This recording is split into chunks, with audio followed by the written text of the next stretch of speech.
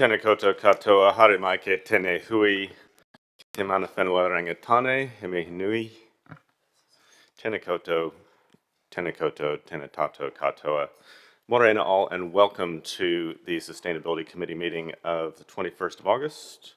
Beautiful sunny day in the Manawatu, which is absolutely fantastic, and turn to Councillor Wood to offer karakia to open up.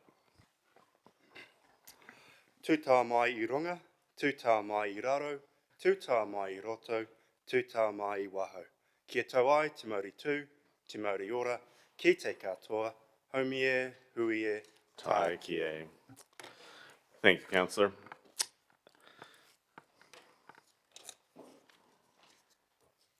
We'll just start off with housekeeping before getting on to the principal business of the day. So, joined by Sina Lome and Sarah Claridge, Governance Advisor and Governance Administrator, by David Murphy, General Manager for Strategic Planning, and acknowledge and thank the senior leadership team and officers that are in attendance today. The meeting is being recorded and live streamed on the Council's YouTube channel, so watch it now, watch it later at your leisure. Please do note the health and safety requirements on the screen in front of us. Fire and emergency, if there is an alarm, please leave via the nearest exit and evacuate to Te Maraeohini in the square. No smoking or vaping in council buildings or public entrances. A defibrillator is located outside the entrance of customer services ground floor. And if there are any near misses or incidents, please report through to our governance administrator or governance advisor.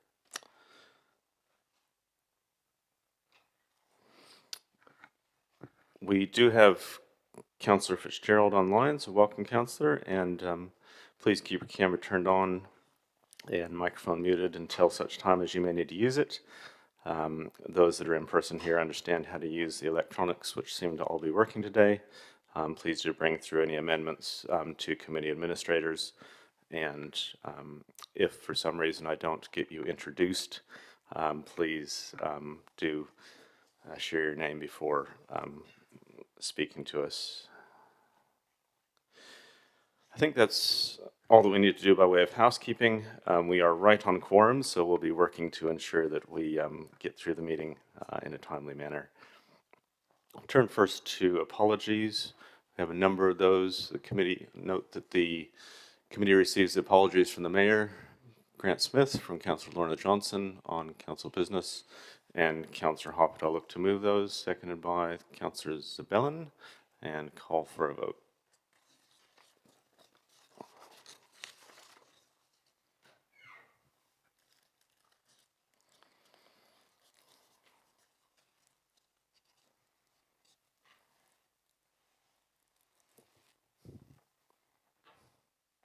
That's passed unanimously, 11 votes for, none against.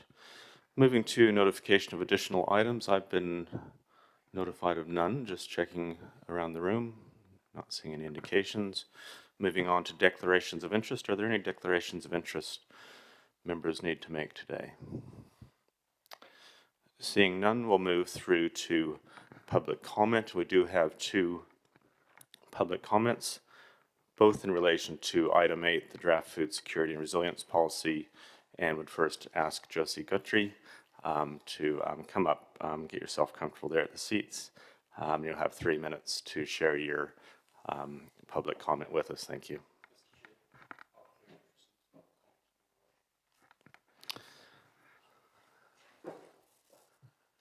We good? Thank you for allowing me to speak about the draft food security and resilience policy today. I fully support this draft being put forward for community consultation, as it's a step towards empowering healthy and sustainable environments for our community. Unhealthy food environments have been implicated in poor nutrition and increasing rates of obesity worldwide. Creating healthy and sustainable food environments will enhance the health and well-being of our communities by reducing exposure to dietary risks and improving access to healthy food in a lasting, equitable and sustainable way. The high rates of obesity in Aotearoa are increasing and inequitable, with higher rates among people living in more deprived areas and among Māori and Pacific peoples. The food environment has become increasingly unhealthy, with a variety of low-priced, energy-dense, nutrient-poor foods widely available and regularly promoted. Poorer and more disadvantaged families are inequitably exposed to these environments. Food insecurity, or the inability to easily access enough healthy food every day, is closely linked to unhealthy food habits, overweight, and poor health. Creating healthy food environments will therefore enable more people to enjoy the health benefits associated with healthy eating patterns and improve community well-being. A sustainable food supply will ensure efficient use of resources and ongoing benefits of a healthy food environment for future generations. The impact of our food waste is very apparent when you see that in 2011, New Zealand households generated over 224,000 tonnes of food waste. And on top of that, New Zealand industry generated over 103,000 tonnes. There is a lot of potential for councils to contribute to the creation and ongoing maintenance of healthy and sustainable food environments for their communities. The ability of local government to reduce health harms is well demonstrated by the major success of councils in creating smoke-free environments in Aotearoa. We are taking another step towards creating a sustainable, healthy future by supporting the approval of this draft policy to go through to consultation. I look forward to providing feedback and recommendations towards the draft policy. Thank you for today. Thanks, Josie. That's fantastic. Second public comment comes to us today, again around the same policy, from Rachel Blatcher. Rachel, you're a familiar face here now, having spoken before to us, and look forward to hearing from you. Do settle in, make yourself comfortable. The right button will activate the microphone, and you have 3 minutes of our time. Kia ora koutou, ko Rachel Blatcher toko ingoa. Good morning, my name is Rachel Blatcher, and I'm glad to be back in front of the Sustainability Committee to show my support for an open consultation of the draft food policy.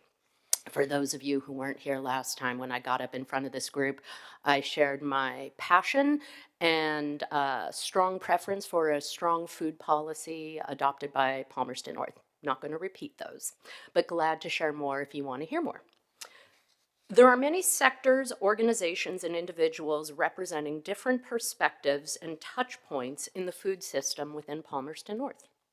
From eaters, which we all are, to sellers, to food producers, a public consultation process will allow unique viewpoints to be shared and discussed, leading to a stronger, community-supported, and well-considered food policy.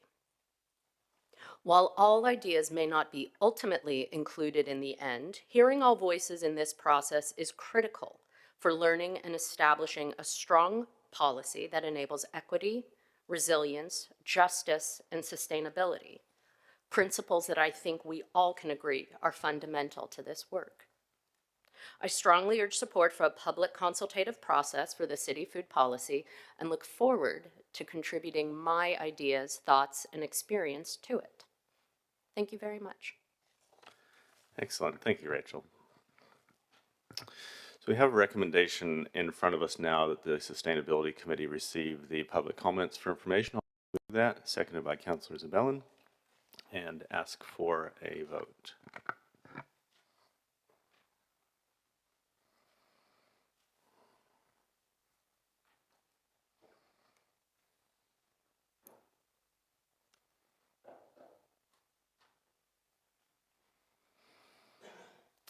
And that's passed 10 votes for with 1 abstention. Continuing with the food theme, moving now into presentation mode, we have a presentation this from Rebecca Culver, the Managing Director at Just Zilch. So Rebecca, wonderful that we've managed to find a time that coincides with your diary and ours. It's been some time since we've heard from Just Zilch. I'm looking forward to you sharing with us today. Thank you. If you just hit the right-hand button, you'll get a red light, which means good to go. Hi, thank you for having me. It's been a while since I've been here. It's a pleasure and an honour to come and speak to you all, and I worked out that it would be over 13 years since I've last come to talk to the council about Just Zilch. I know it doesn't seem that long, does it? So let me just find the clicker. This is the one I need, right? Okay. So for those of you who perhaps don't know, Just Zilch is a food rescue organisation, and we have a free store We distribute food to individuals and to community groups here in Palmerston North and in the wider region. Our purpose, as you can see up here, is that we rescue food to serve the community and help the planet. So it's twofold. We have to make sure that we are rescuing food because that's what we do, but also it goes hand in hand with helping people. Originally, when Just Zilch started, it was like we can put these two problems together and actually create a solution. Makes sense. So, we are working to do these things, and as such, we have identified our values as being firstly kaitiatianga, because it's all about taking care of our resources, our people, our planet, and the things that we have available need to be looked after. Manaakitanga. Oh, let's face it, we all love a good bit of hospitality, don't we? And it's about love, you know? It's about loving everyone who's around us and being kind. Be kind always. Doesn't matter what happens, if you're kind to someone, they will either love you for it or hate you for it, but it's not going to go wrong. Non-judgmental. One of the things that sets Just Zilch apart is that we're a non-judgmental organisation and anyone can come and use our services. That means even you can come and get food from us, as much as someone who's homeless. You might think, oh yeah, but I don't need it, Rebecca. All the food at Just Zilch is rescued food. I would rather that somebody was eating it than nobody. I would rather that it was you than nobody and that it was going to waste. We're also about justice. We're seeking social justice and environmental justice because those are the two things that are pillars in what we are doing and they make it work. Honestly, let's face it, we know that there's a problem for people with the cost of living, and getting food is one of those things that is becoming more and more challenging for people. And yet at the same time, we're throwing food away. It just doesn't make sense.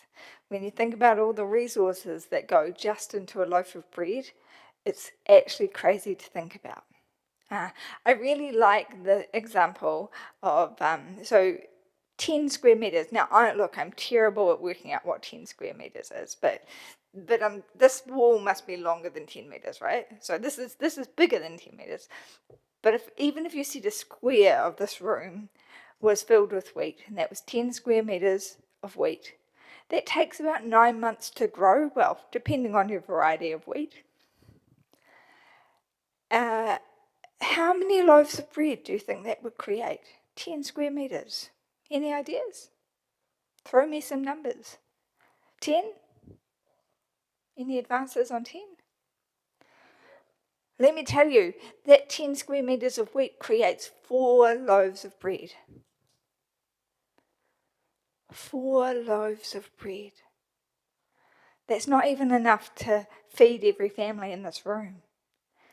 And yet, the wheat in this room is how much it takes to make that bread.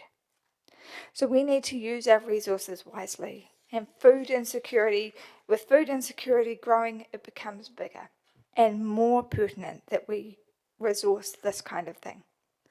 So, Just Zilch has been on a journey over the years. It's good old Mayor John O'Naylor there, opening Just Zilch back 13 years ago in 2001. We had a premises on Fitzherbert Ave, and we had a really good relationship with Gull, who allowed us to be in that building. It was a fantastic time, and really I do owe a part of our success to Gull, who sponsored us to be there. We moved into our current premises in Featherston Street in 2015. Grant did the official opening at that one, and we're still there.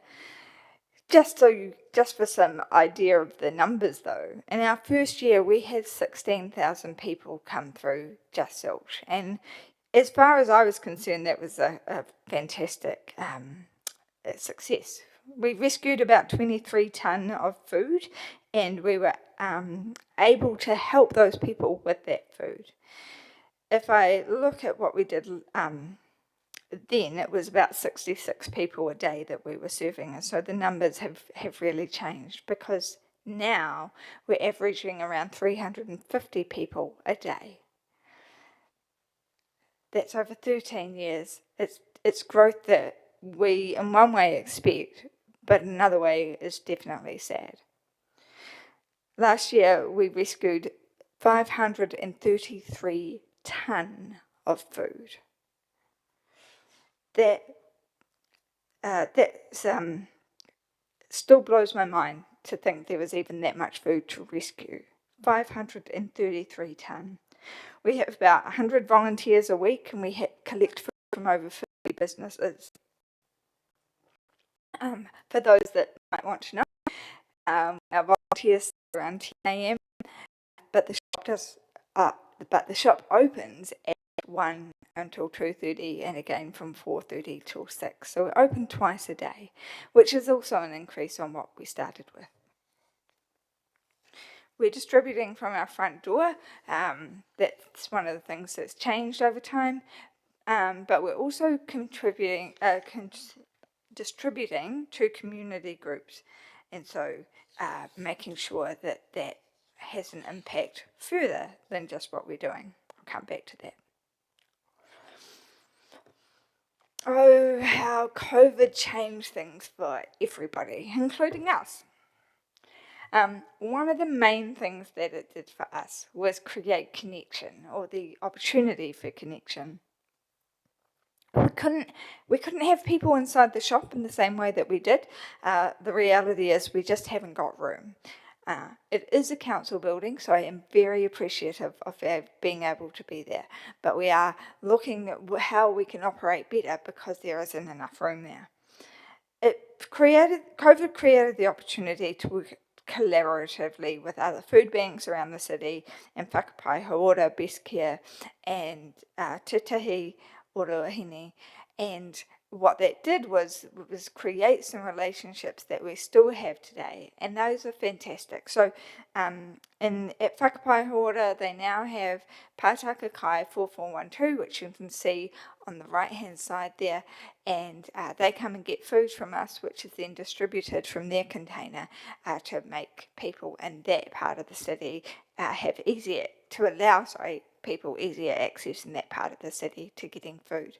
So we are working with groups like that around the city, but also around the region, making sure that the food goes further and wider. We are effectively a hub for distribution. Just to give you an idea, it's smaller than I expected, but thankfully you guys have got it in front of you. Here's a few of the groups that we do help. We've got a whole wide range, everything from churches to youth to groups that are distributing food in the same way that we are. And it's really such a pleasure. And so we're serving around about 30 groups a week.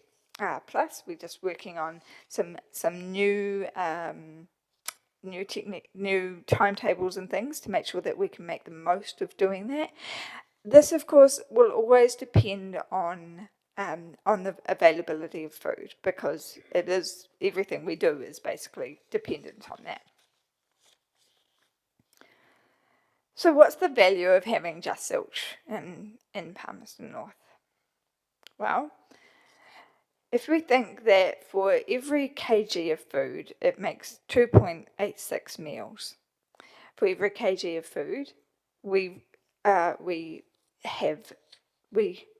make sure that 2.65 kilos of CO2 don't enter the atmosphere. We're also saving 830 litres of water, which is what they estimate it will be saved. We're saving a kilo of food because it's not being not having to be wasted. We also have a social return of $4.50. So for every dollar invested, we get $4.50 out of it. Now, let's face it, that's a pretty good investment, right? Last year,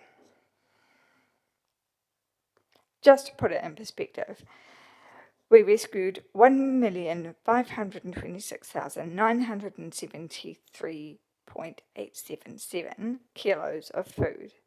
That's what we rescued and distributed here in Palmerston North and to the wider region. That is, oh my gosh, can I get this number right? 1,414,853.4 kilos of CO2 that didn't go into the atmosphere because the food was rescued. Isn't that fantastic? Here's the thing, right? Oh, and sorry, I'll do the water, which is 443,142.768 litres of water saved. But here's the thing. Food rescue is one of the easiest ways that we can change the climate.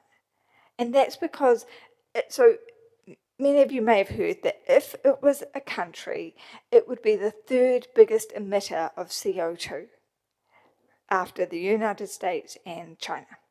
Okay, food waste would be the third biggest emitter. So if we can rescue food, that instantly puts us in a better position as a city, as a country. We are in a better position because we are doing fantastic things. Since we began, and I seem to have lost a piece of information here, but I'll find it later, we have provided 7,615,534 meal equivalents. We've fed the entire country of New Zealand, effectively, over the last 13 years. And a bit, because we're not quite there, right? We're not at 7 million yet. No, good, okay. It also means that over 9,081,524 kilos of CO2 have been prevented from entering the atmosphere. Just making a difference right here in Palmerston North. We haven't been able to find a suitable premises, but we have been able to do some fantastic things. So thank you to the councillors and to the staff of the council who have been able to support us in doing that. You'll see here on the left-hand side, you'll see our walkie stacker, that bright orange thing in the corner, and the shelving beside it we've put the shelving into the shop. So we don't have customers in the shop now, we are storing food in the shop so that we can give it out. And by doing that, we have more ability to spread the food around, and it has to be on site in order for me to give it out, us to give it out, and so this means that we've got access to that food without it crowding the shop, and the staff still have room to move around, so it's improved the health and safety of what we're doing as well. I think the best thing to do from here is really to get you guys to ask some questions, and just thank you again for having me to talk. All right, thank you, Rebecca. Appreciate you coming in, and your passion for this is obvious and evident, and greatly appreciated. I'll just see if there are any questions in the room for you. I might start off just by asking if there were businesses that could join that group of 50 if you had a bit more capacity in terms of either space or team around you. Are there other businesses that could actually be brought on board? Absolutely. We're always looking for businesses, so if you know anyone, please let me know. Great, thank you. Councillor Wood. Thank you, Mr. Chair. Thank you, Rebecca. I was just interested in your comments around not being able to find a suitable premises. Just want to understand if you engage with our council officers to see if there might be space that council has available that could suit your needs. Always open to the opportunity, absolutely. Not that we know of it at present, and I know that the staff have kept an eye out for when there is things available. It's a challenging one because there's certain things that we need, but we also want to remain central so that people have easy access to us. And when you put all those things together, the amount of space that we need, it needs to be able to have access, truck access, for example. Just it's not an easy list to find. Fair enough. And so what specifically is the deficit with your current space? Is it just simply not big enough or? That's correct. Okay. Thank you, Mr. Chair. Councillor Isabellan. Thanks, Mr. Chair. Thanks, Rebecca. Just noting that if you've gone for sort of from 66 people per day 13 years ago to about 350 on average now, what other differences or changes have you seen in the people who, or the groups who are accessing your services? Have you noticed changes post-COVID, for example? Look, I think over time, there's always changes. We are seeing, I think the thing that I've noticed this year, we don't ask questions, but observations are free to make. And the thing that I've noticed is that there is a lot more people in like work uniforms who are coming, who are obviously employed, but they're coming to get food to top up things. We're seeing a lot more migrants, and a part of it may just be that the word's got out, and so people are now willing, now know that they can come where they didn't before. But I think it's really good that we're able to tap into a wider variety of people, and that people do come and use our services. Thank you very much. Thanks, Mr. Chair. Thank you. That appears to be the end of questions. So you're welcome, Rebecca, to resume your seat in the gallery, but thank you again for coming in. Really great to hear from you. Move now to the recommendation that the Sustainability Committee receive the presentation for information, which I'll move, and Councillor Isabellan will second, and open up for any comments.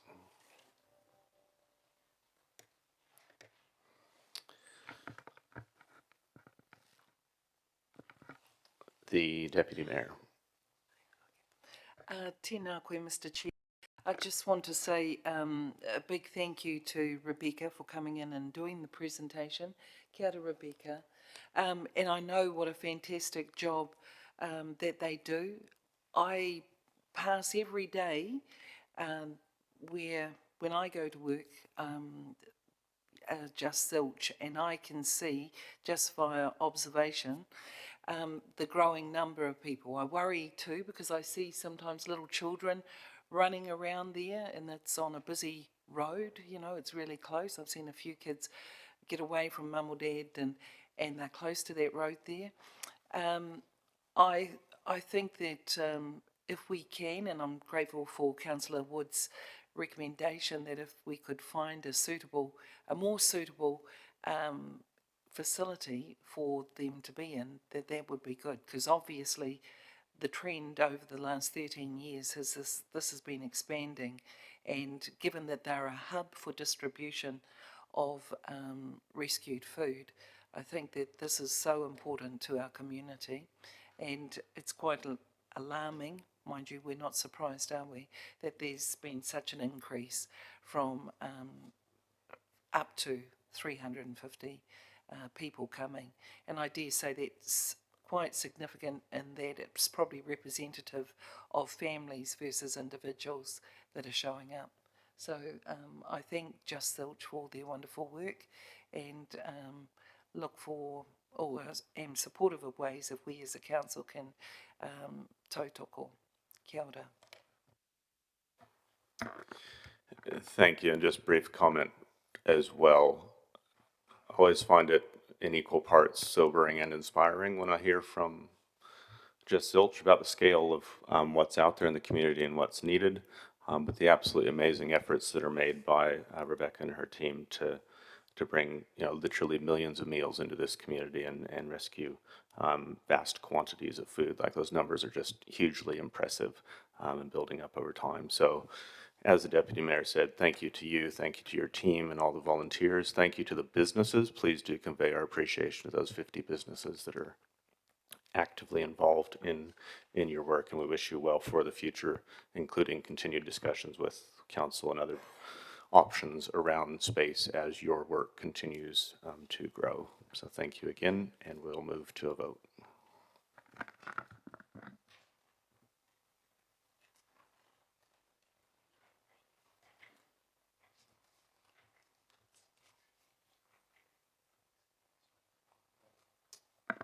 That's passed 11 votes for, none against, which moves us on to confirmation of the minutes. We have a recommendation that the minutes of the Sustainability Committee meeting of 22 May 2024, Part 1, public, be confirmed as a true and correct record. I'll move that. Seconded by Councillor Zabellin. Open up for any clarifications or corrections. Seeing none, we'll ask for a vote.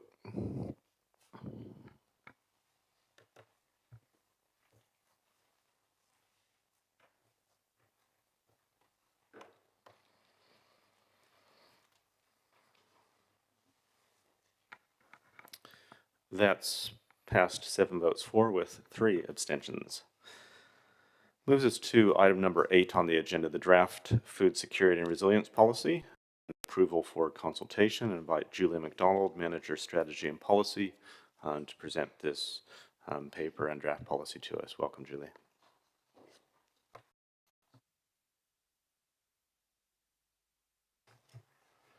Kia ora koutou.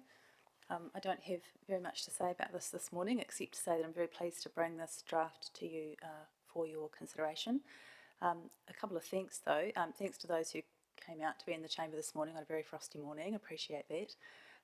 And also to Kate Harridge, who did most of the research and background work that you received in May while she was on secondment to the strategy and policy team. I'm happy to answer questions. Great, thank you. That opens us up for questions, starting with Councillor Wood. Thank you, Mr. Chair. Thank you, Julie. I apologise as a councillor I haven't been as involved in the development of this policy as some others have been, so I apologise in advance if this is a bit of an ill-informed question. It seems to me like quite a brief policy. It's 4 or 5 pages. My question is, what's the implementation plan after this was adopted? So would then an action plan be developed based off the objectives, or what's the follow-through from objective to action? Sure, that's a good question. We're into quality, not quantity, like a short policy. You'll see that this policy is really comprises of the guts of it is the 3 main guidelines, and each of those is really important to see what council wants to consider doing. With our policy framework, sorry, Councillor Barrett just bobbled his head. It's all very important, what's in the policy. What I mean is, in terms of council's future direction, the proposed guidelines are the essence of the policy. In the policy guidelines framework, once a policy has been adopted, assuming that council goes ahead and deliberates and then adopts following consultation, then staff develop an implementation plan. Those implementation plans go to our strategic leadership team for their consideration. So that's the implementation side of things, the operational side. Great, thank you very much. Thank you, Mr. Chair. Thank you. Couple questions from me, Julie. The first one would be around equity, and just wanting to understand from your perspective whether the definition given in the policy addresses outcomes, or does it merely address inputs? 1 second, just let me find it.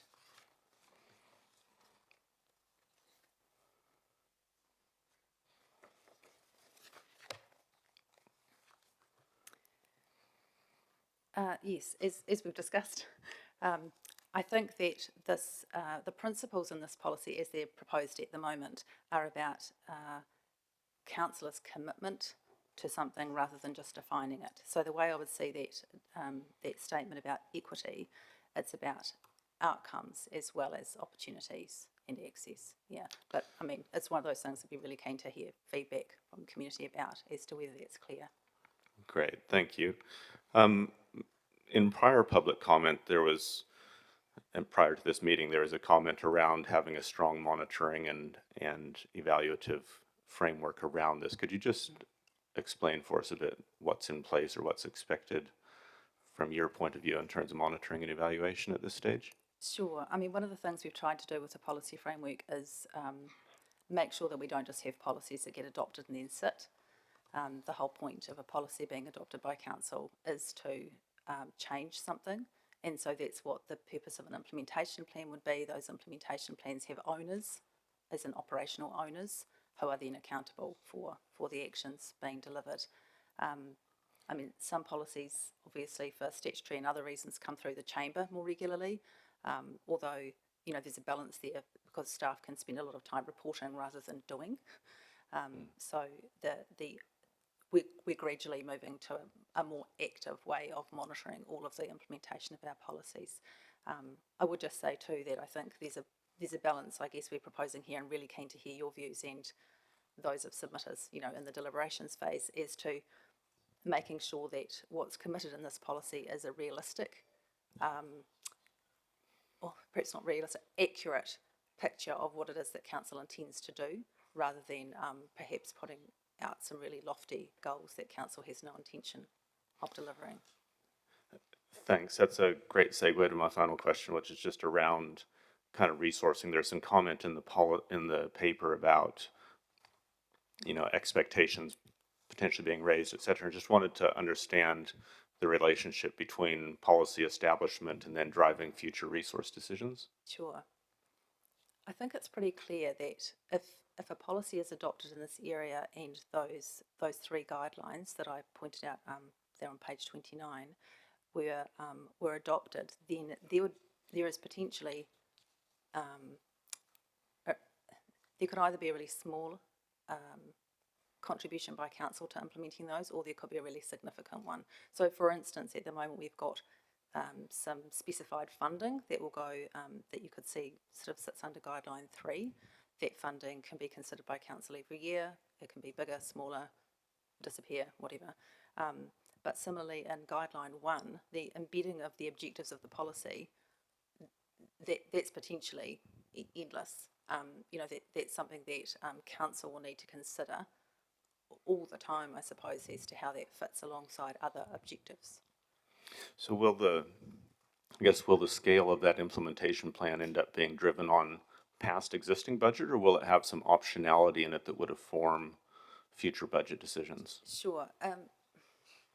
I guess both. I mean, I think staff are obviously in a position to sort of say, well, here's an activity or a program that would support the objectives of any future food security and resilience policy, and it will cost this much. I'm reluctant to get to a point where you sort of say this policy costs X, because clearly the whole point of it is that it would be embedded throughout activities, but also obviously elected members and community members are able to also say, well, that I can see this activity would contribute in this way.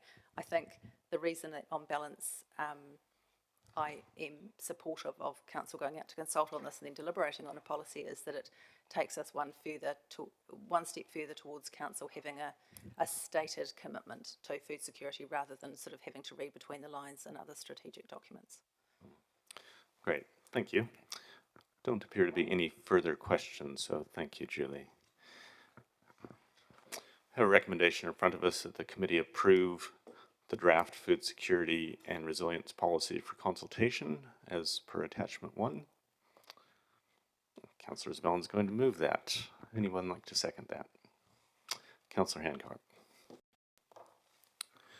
We'll open up for any comments, starting with Councillor Isabella. Thanks, Mr. Chair, and thanks, Julie, and also to Kate.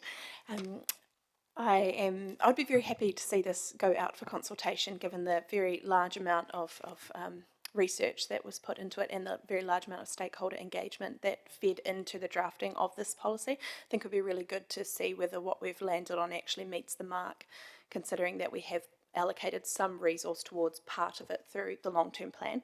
In terms of a policy, it is seeking to define the role that we want to play in food security work in the city and what resource we intend to put into it. So it sort of draws a line around that. Where it states in the report, I think it's 3.1, it says, council supports activities that contribute to food security and resilience outcomes at a high level for what we're already doing. I think that what we're really doing is expanding that to include supporting activities at a grassroots community level. So not just that reading between the lines, but some actual tangible things as well. And we can give a steer through that policy that we want to encourage land use for food production and food infrastructure in the city. And with that fund, we're enabling communities to use the land in this way. So consider this as a similar lever to others that we've got to show the way we'd like to see some land being developed in the city.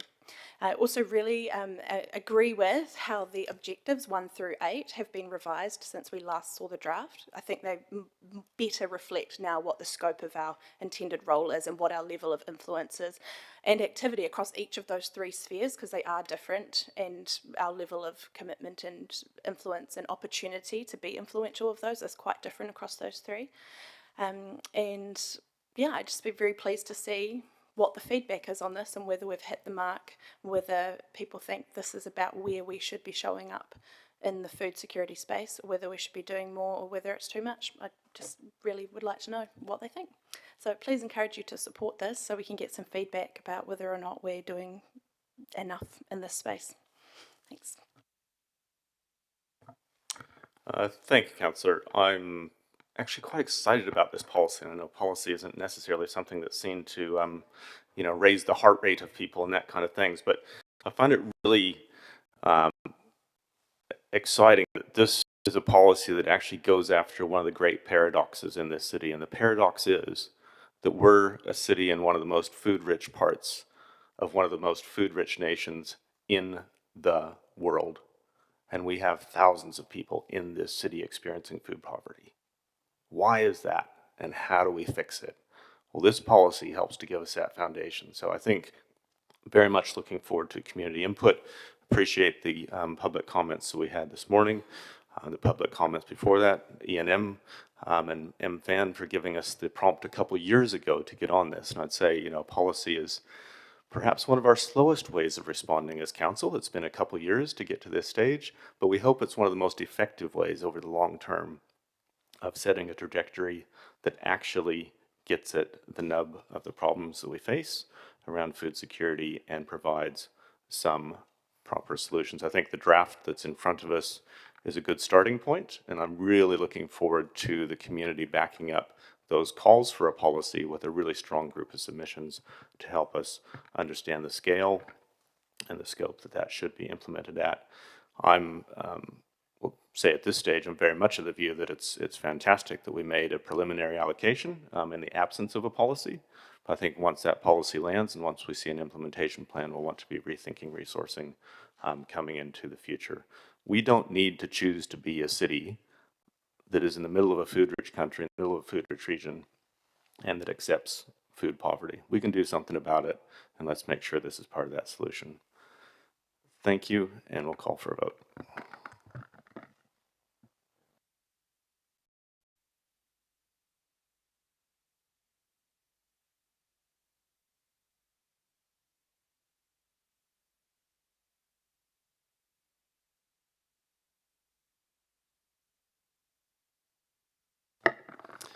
Pleased to report that's a unanimous vote in favor of consultation.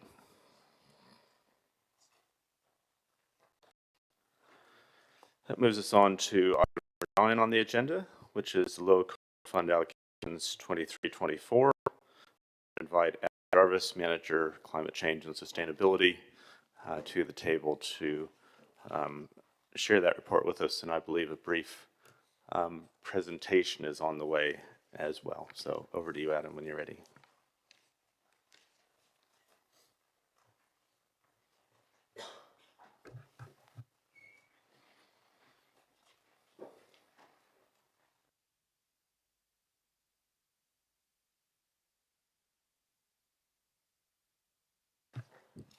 Good morning all. Adam Jarvis, Principal Climate Change Advisor. Oh, sorry. What am I now? Manager, Climate Change and Sustainability. So, presenting on David Watson's behalf this annual report for the Low Carbon Fund. As you'll see in the paper in front of you, we've allocated the entirety of the fund this year to continued results. As you might recall, we presented a half-year report to the March Sustainability Committee, where the first half of the capital fund had been allocated. We've subsequently allocated the entirety of the fund, and that's resulted in, or an estimate of the savings of that are $171,000 $950 in net present value, so it's $24 above the $1 million capital spent, and that's our estimate of the lifetime savings of those projects is 1,500 tonnes. Just to give you a quick sense of some of the projects invested in, so we significantly out a lot of the pool fleet, and this was particularly just prior to the ending of the clean car discount late last year, so we managed to get in there, and some considerable savings there, and this was building on the back of an earlier project to future-proof the CAB for electric vehicles, so the basement is full of EV fast chargers now, thanks to this fund. You may have heard about the project. Over the years, solar has continued to get cheaper and cheaper, quite dramatically so, and the MRF here, quite a substantial project, 210 kilowatts, fairly significant financial savings and carbon savings there as well.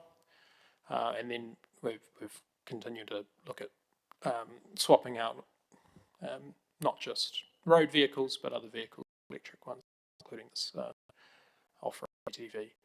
And then just final slide here to give you a bit of a sense of the performance of the fund over time.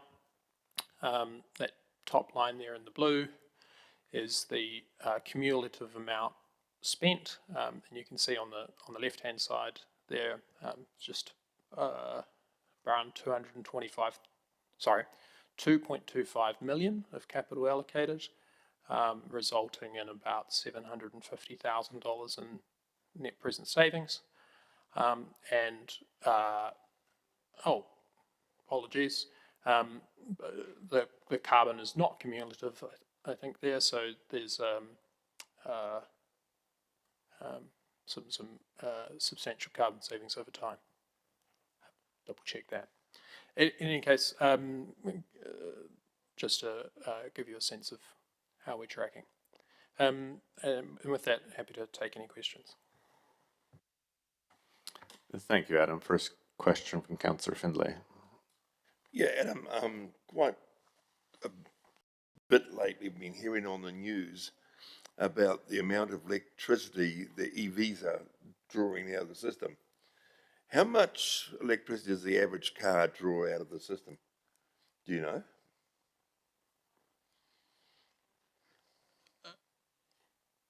It's entirely, Councillor,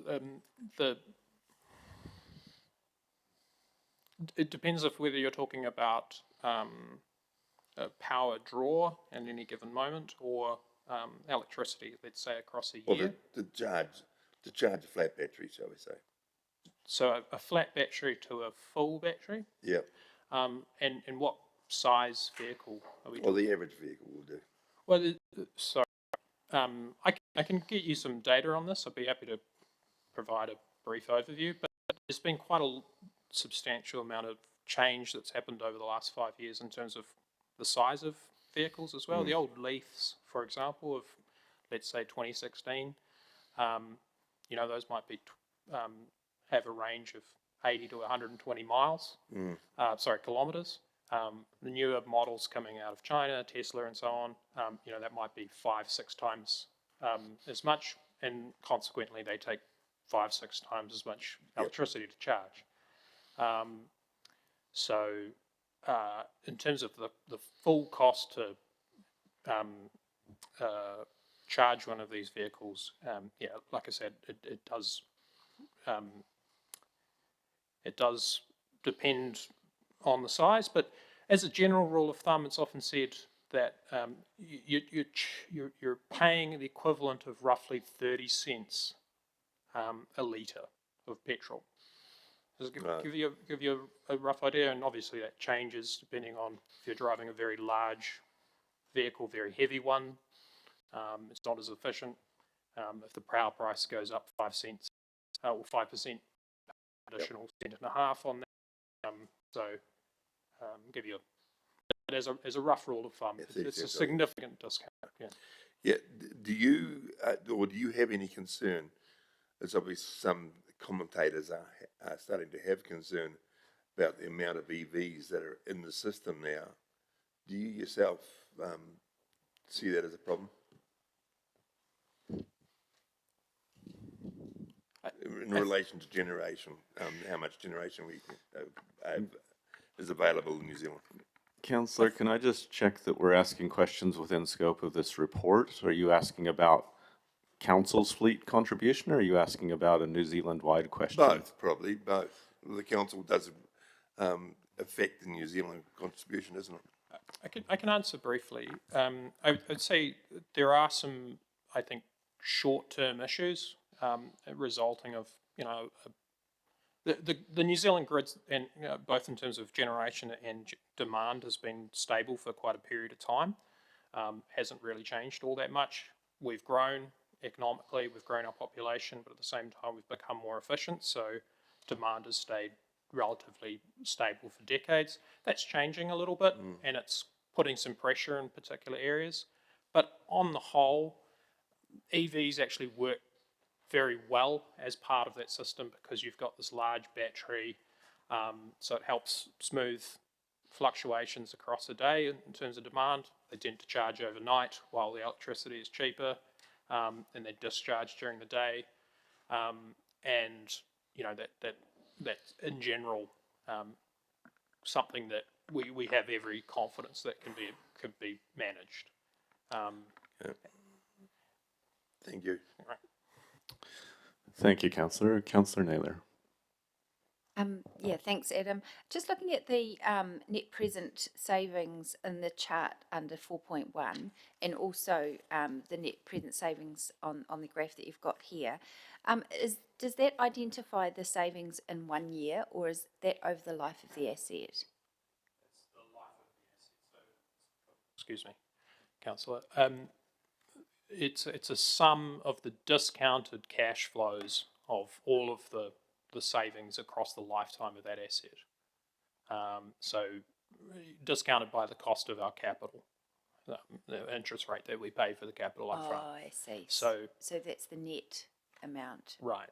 So savings that are made in year one are the full amount, and then in year two discounted. We only count it by 94% or so, and then lesser in year three, and so on. Across the entire lifetime, and then sum all of that together.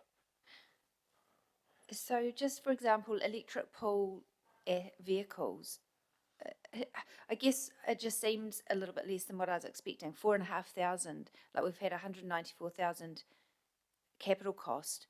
So the net present savings is only 4,500 over the whole life? Right. So the what's happening there is, we're accounting for interest, we're accounting for depreciation of the vehicles, all of these costs associated, both tangible and intangible. We've summed all that together. And we can still confidently say that this is something that will, on net, reduce rates in effect. Yep. It's not as much as perhaps it could be. The price of these things are continuing to fall. The needs of the fleet are continuing to be managed, and there's some reports coming out in terms of how we could, improve the utilization of some of these vehicles, which would increase the savings of them. But based on, just a like-for-like comparison, which is what this report, what this fund does, it's beyond the scope of this fund to, entirely reform the way we manage our fleet, but it's providing the platform for that to happen. So, does that kind of give you a bit of a sense? Yep, that's helpful. Thank you. Deputy Mayor. Thank you, Mr. Chair. Tēnā koe, Adam, and thank you for the presentation of this. Can I just ask, with regards to 4.3, it was noted that Hancock Community House and Highbury Whānau Centre would be suitable candidates for solar for solar systems. However, as council currently on bills 100% of the energy costs of these buildings to the tenants, financial savings are not possible without renegotiating current tenancy agreements. I just wanted to know, one, is that problematic? To renegotiate the tenancy agreement, given that the tenants in there are part of our community and give freely of their services to the wider community, would that not be beneficial to us and them? It's a very good question, Deputy Mayor. I think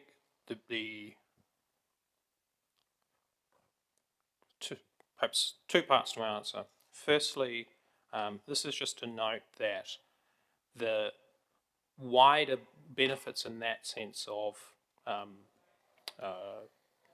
in effect, an increased subsidy to a particular part of the community sector, those that already enjoy the benefit of being in Hancock Community House, and we'd be effectively benefiting those people potentially if we were to simply put the solar on the roof and then do nothing else. So on the one hand, it's a good opportunity for solar in general on that site, in terms of if you don't consider where the financial benefits will accrue, it's a good site for solar. However, because it doesn't accrue to us, it makes it a bit outside of the scope of the low carbon fund as it currently stands, unless we were to offset the effective savings as a result of the solar on that site to the power bills through a change in the tenancy agreement, which would then, and I think, it would be fair to the community sector as a whole, while opening up potentially some marginal increase in funding that could be allocated through the strategic priority grants process, for example. But I think would be problematic for us to be using the low carbon fund in order to specifically benefit a particular part of the sector without considering the sector as a whole. So that's why we're proposing, renegotiating those tenancy agreements to basically levelise the current amount they're paying before and after solar. Thank you. Yes, much appreciated. Thank you, Mr. Chair. Thanks. So just to clarify, those two opportunities are being actively pursued at this point? That's correct. Great, thank you. Not as it won't be as immediate as other projects. Yeah, understood. Thank you. Councillor Hancock. Yeah, thank you, Mr. Chair, and thanks, Adam.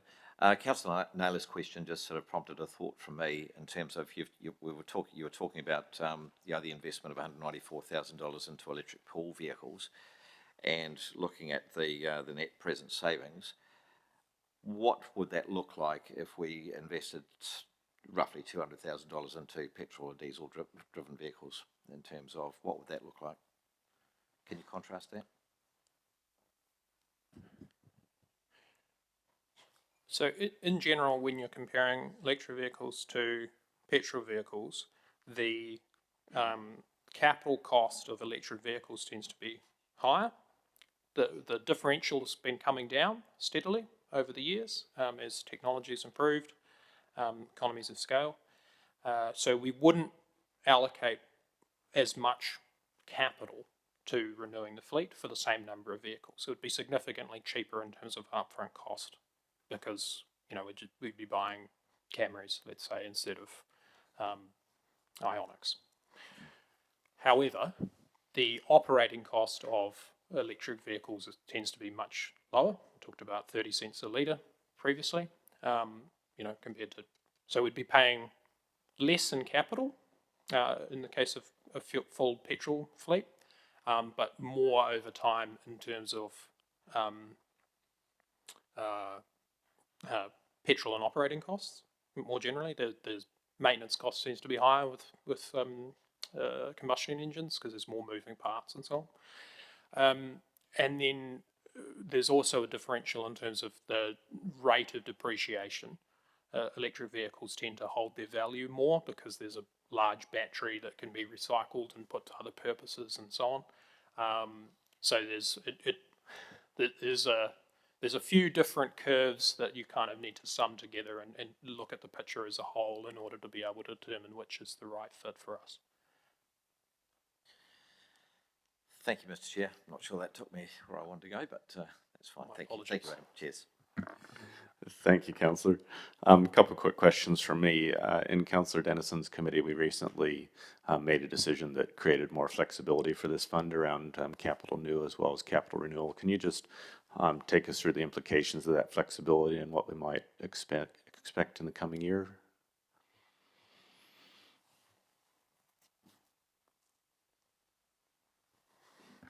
Sure. So what the change allows is for us to be able to let me start over.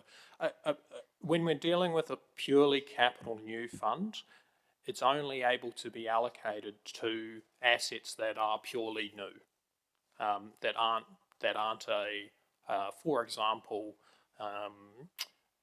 improvement to a building that, you know, we need to renew the roof of a particular building, let's say, and we do some analysis through this fund, and we determined that by introducing insulation and you know, modern standards to that building, we can you know, save costs and carbon. But because that's a renewal project, capital can't be allocated in that way prior to this change. So that it just opens up the range of potential projects without changing the intended scope of the fund, which is always to look at what can be done, and then allocate the marginal capital in order to enable that to happen. To the second part of your question about what we can expect, solar continues to be a more and more attractive option over time. We're looking at a number of opportunities there. Another big one is just the recent spike in natural gas prices. That's looking like it's going to be sustained given chronic supply shortages, which opens up some opportunities for quite substantial savings in the case of changing out old gas boilers and gas plants for electric or renewable sources. So, great, thank you.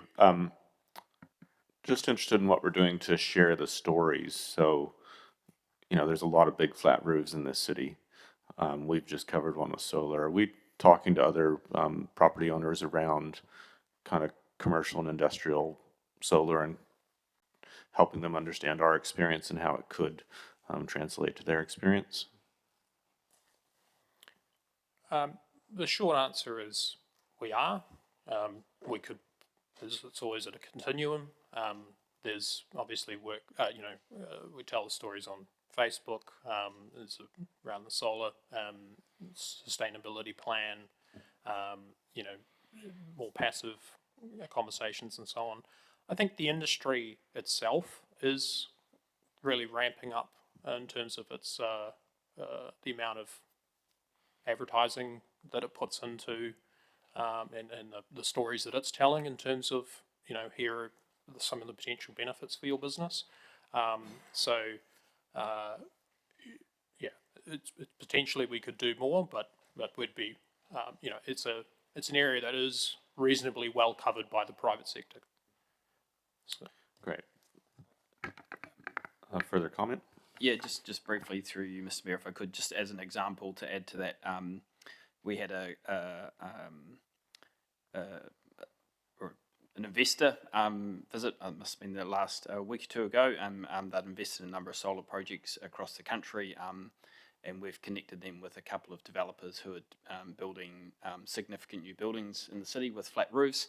and also connected those developers and that provider with Adam for any and his team for any sort of comments and advice about how that could be delivered. So as an example there, I guess, of connecting a provider with some people who are building some big buildings in the city.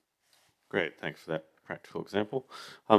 Finally, Adam, just wanted to ask, kind of doing two things with this fund. We're giving ourselves, lower emissions, as well as in the fortunate position that it's also saving us money.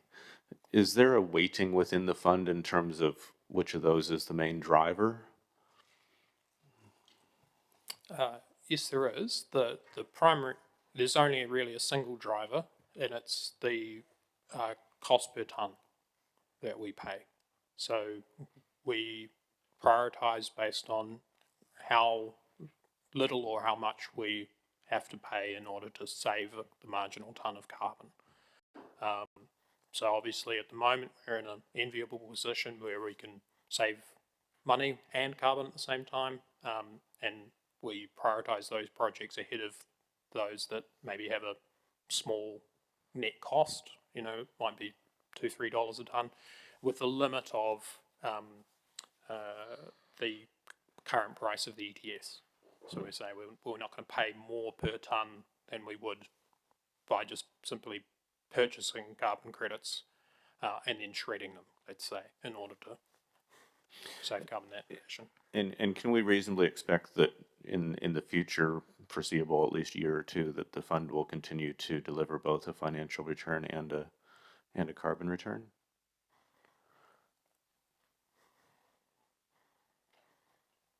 We won't hold you to it. I'm just asking for your view. I think that the price of the difficulty is things change so quickly, right?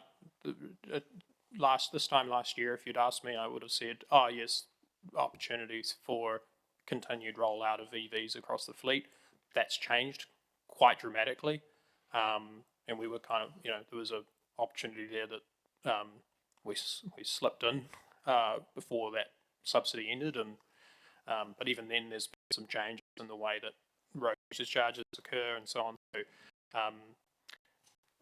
and then on the other hand, as I noted earlier, the price of natural gas has gone up considerably in projects that we'd previously looked at as being not on the margins of viability, shall we say, but ultimately not pursued, are now tremendously attractive, or at least a preliminary analysis suggests. So at least for the coming years, or year or two, I think there's an enormous amount of opportunity there. Over the longer term, if the prices of solar continue to decline as they have been, you can imagine a scenario where essentially almost every north-facing roof that council has is coated in them, and they're saving us money. So, there's plenty of work to be done there, but at the same time, I've no doubt that something next year will come up that changes that equation quite dramatically, and suddenly we're looking at some other opportunity somewhere else. But I think at the very least, the fact that we're continuing, for 3 years now to, be able to reduce carbon and make savings is an indication that there is still quite a bit of opportunity out there. Great, thank you for those thoughtful answers. No further questions. Thanks, Adam. I have a recommendation in front of us that the committee receive the memorandum titled Low Carbon Fund Allocations 2023-2024, presented to the Sustainability Committee 21 August 2024, which I'll look to move, seconded by Councillor Zabellin. And open up for comments. So I'll kick off briefly just to say this fund is performing really well, and it's great to see that we are getting the win-win out of it, and looking forward to that next iteration with the increased flexibility around capital new and capital renewal. I think it's worth us considering as our own activities scale up, our capital program scales up, etc., about proportionality of this fund and how we keep it alive to the scale of opportunities in front of us. There's really, to my mind, no great reason, if there's money to be saved, to wait 2 or 3 or 4 or 5 years to start saving that money. So I think it's a topic that's alive in my mind in terms of how we actually realize the savings sooner rather than later. and would hope that council officers are treating this as a baseline of opportunity, and if the economics are very strong in favor of any particular capital approach to an emissions response, we should be alive to those opportunities as they come to us. Really great to see the fund building on itself year over year. I think that's a really impressive track record that's being built up, and appreciate the tremendous effort that Adam and his team have made to really embed this in the organization, and seeing a number of projects come through. So greatly appreciate it, Adam. Thank you. Other comments? First, Councillor Zabellin. Thank you, Mr. Chair, and thanks, Adam, for the report. I just wanted to make a really brief comment, just to touch on Councillor Finlay's points, which are really, really pertinent. I think that we are seeing an increased energy draw from an increase in plugged-in lifestyles, not just for EVs, but with AI and data centres, and just generally having a lot of electronically powered lifestyles going around. So I think that is an increasing concern, and so I'm very, very pleased to see that this fund is turning towards solar opportunities in earnest and really exploring them. I think that's one of the better co-benefits. Financial savings are a great co-benefit, but also that insulative layer against those rising energy costs, I think, a very excellent co-benefit that buffer us against that increase of a plugged-in lifestyle by countering it somewhat. And also, yeah, I just think if we're saving money and we're saving carbon at the same time, that's such a great flex for this fund. We're spending less and we're getting less pollution. So the co-benefits approach, I think, is delivering, and I'm really, really pleased to read this report. Thanks very much. Councillor Hancock. Yeah, thank you, Mr. Chair. Just a very brief comment from me, just in line with the question, I guess, that Councillor Naylor asked, and then sort of I tried perhaps to follow that up with my interest really was about trying to actually develop a contrast between a traditional purchasing model and a sustainable and with new opportunities kind of model that this low carbon fund actually provides us. And I guess probably what I'm just wanting to point out here is that I think there are some future opportunities in this report to really try and contrast that, so we've actually got a good story to tell to the community in terms of how this investment plays out to the wider benefits, not only monetary but also in terms of carbon savings. So I just really think we've got an opportunity there to do a little bit of contrasting and tell that story a little bit better. Thank you, Mr. Chair. Thank you, councillors. Good points raised in comments. We'll call for a vote.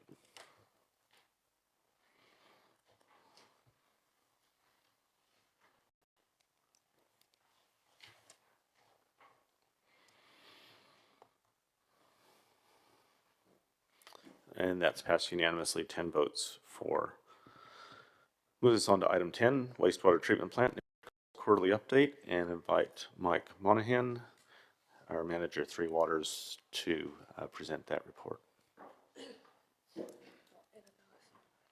And we have been joined online. Welcome, Anna. Great to see you as well. Tēnā koutou katoa, ko Mike Monahan, aho. Thank you, Mr. Chair. I was just about to introduce Anna, but there she is. She was unable to be here in person today, so we're very glad she's online to help with any questions. So we're pleased to present the quarterly report for Nature Calls for the period March to June 2024. Council will recall that the focus for most of that period was in fact on preparing Section 92 responses for the deadline submission date June the 26th. On the 10th of June, Council passed a resolution to pause the current consent application of the RMA and rephase the timing of the Nature Calls programme to allow for review of the BPO. And since this resolution, the team have shifted focus somewhat, and we will in fact be bringing you a paper on the 4th of September recommending a revised methodology for reviewing that BPO. At the same meeting, we'll also bring a paper to put a new governance structure in place and a new communications plan. So with that, I'm happy to take the paper as read and be happy to answer any questions you may have. Thank you. Thank you, Mike. First question, Councillor Wood. Thank you, Mr. Chair. Thank you, Mike. Just a question on page 44 of the paper, on the table under 9.2. I see we've spent 205,000 on land opportunities. I assumed that would be referring to investigating whether land would be appropriate, but I see there's a separate line for monitoring and investigation. So just want to understand what that $205,000 was spent on. I may have to come back to you, Council, with a full breakdown on that. But the land opportunities, we have in fact had a work plan in place to develop a strategy for going out with a definite approach to purchasing land in the area of interest.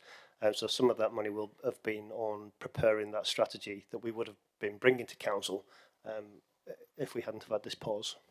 Thank you. Yeah, it'd be very interesting in a breakdown of what that was on. Thank you, Mr. Chair. Councillor Hancock. Thank you, Mr. Chair. Thanks, Mike. Just a very quick question. The report refers to there has been another steering group meeting on the 13th of August. Is there anything that's come out of that meeting which we can add to what's contained within the report? Thanks, Councillor. So the minutes for that meeting have just been finalised and distributed to the steering group. I don't believe there was anything significant from that meeting to inform today's report, but I can circulate that to councillors if you've not already received it. Thanks, Mike. Mr. Chair. Councillor Zabellan. Thanks, Mr. Chair. Thanks, Mike. I just wanted to follow up on Councillor Wood's question for that monitoring and investigation line at 9.2 in that table, and whether or not those might refer to the stream ecology studies and the water quality and water mixing studies. Is that what that? Yeah, the monitoring and investigation would cover all of that. So these budget lines cover a lot of the work packages that have been ongoing in the background. But I mean, I'm more than happy to produce a better breakdown if that's helpful. No, that's fine. I just wanted to clarify that one. Thank you very much. Thank you. Further budget questions. We've obviously all developed fascination with Table 9.2. Can you just help us understand what the post-lodgement RMA line is and how that's different from the Section 92 responses? I might even just pass over to Anna for an explanation of that one, if that's okay, Anna.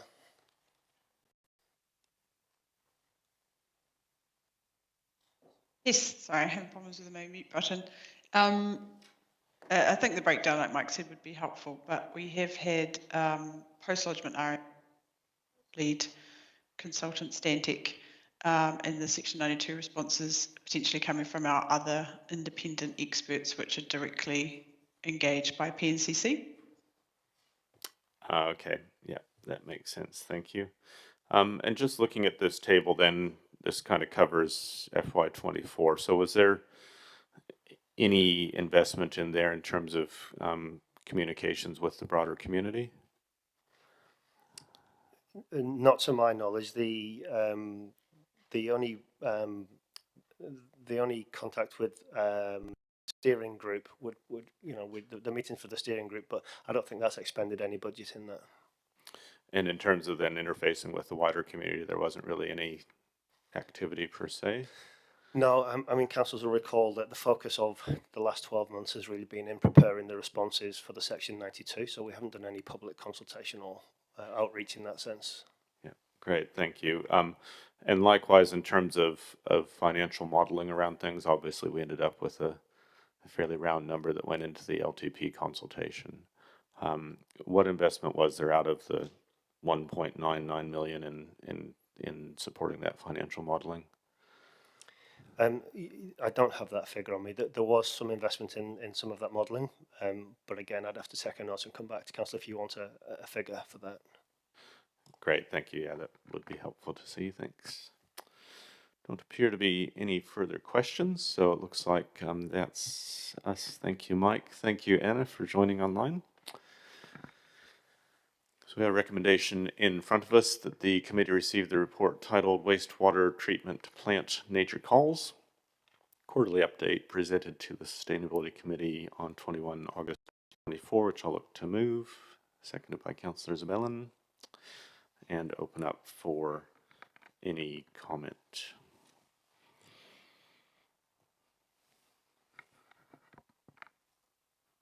Perhaps folks are holding fire for the 1st of September when we see some of the additional information. What I will comment here is that I really do appreciate the work that Mike and Anna and their team have done around the ongoing technical work to support the regulatory component here, and obviously that is essential, but I'm concerned that over the last 12 months we really didn't choose to actively invest with the community in terms of ongoing comms and engagement, and I think the community lost a bit of track of where we were at. We knew where we were going with a whole lot of technical work, but I think the community kind of lost track of it a bit, and then obviously with quite a number in the long-term plan. I don't think that that's, from my view, necessarily served us that well, because now we're in a position where we're needing to take on additional planning costs, additional time. That's additional time that inflation will continue to inflate the overall ultimate price of this project. So not sure that we did ourselves any great favors in the last year, but I do want to acknowledge the ongoing work that officers and consultants have done around the RMA component of this, and look forward to hearing in our meeting in September around that re-engagement with the BPO process, the weighting framework around that, and opportunities around the regional CCOs, et cetera. There's a lot going on in this space, which I think we'll be needing to respond to as a council, and to get this project moving forward as quickly as possible, so that we are supporting the health of the river and supporting ongoing prosperity of the city. Councillor Dennison.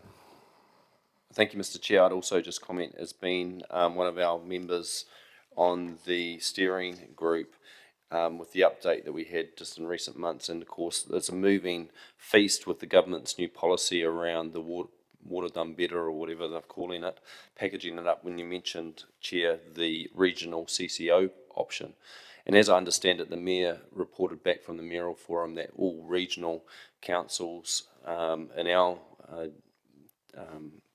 connection are still open to working together, at least on that regional plan. But that the Mayor also describes as trying to fly a plane while they're still building it, and that's referring to the government with the frameworks and the timing. And the pace that we have to come up with our sustainable plan as a city or as a region, in my view, is very tight, and the expectations to fit in public consultation when we don't even know where we position. And I think that next update when we come, I think it's in October, where we need to make some calls on which way forward, will be very important. But there's massive costs, the time pressure, and the fact of bringing our community along with us is a real risk, because I think we haven't got the communication and plan, and we don't actually know the messaging we're telling. So through one colour government, we've gone through one extreme and one pace of change, and very unsettling, and I feel like we've kind of stretched the rubber band back out the other pace in the other direction, and equally being very unsettling, I think, when we start making bigger decisions. So a real flag I think you've raised, Chair, as far as the public consultation. Thank you, Chair. Thank you. No further comments, so we'll call for a vote.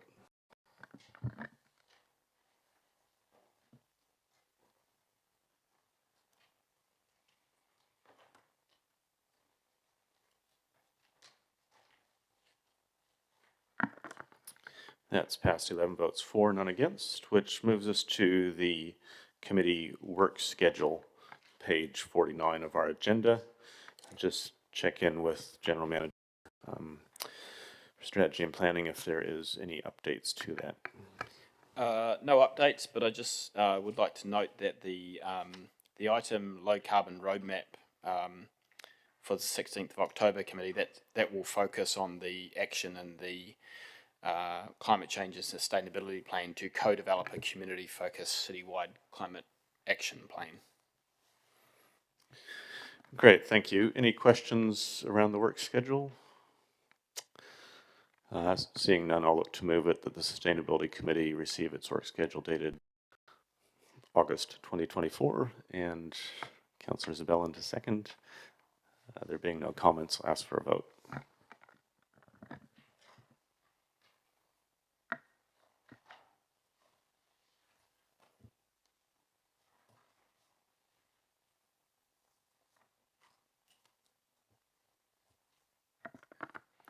And that's passed 11 votes for, none against.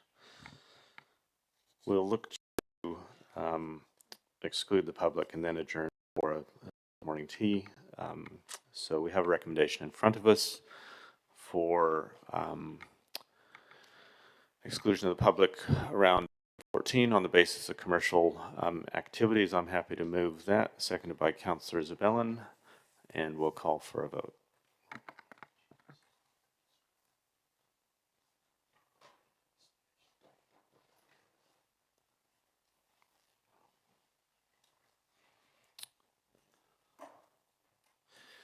That's passed, 11 votes for, none against. We'll be back at 10:40, 20 to 11 in part 2. Thank you.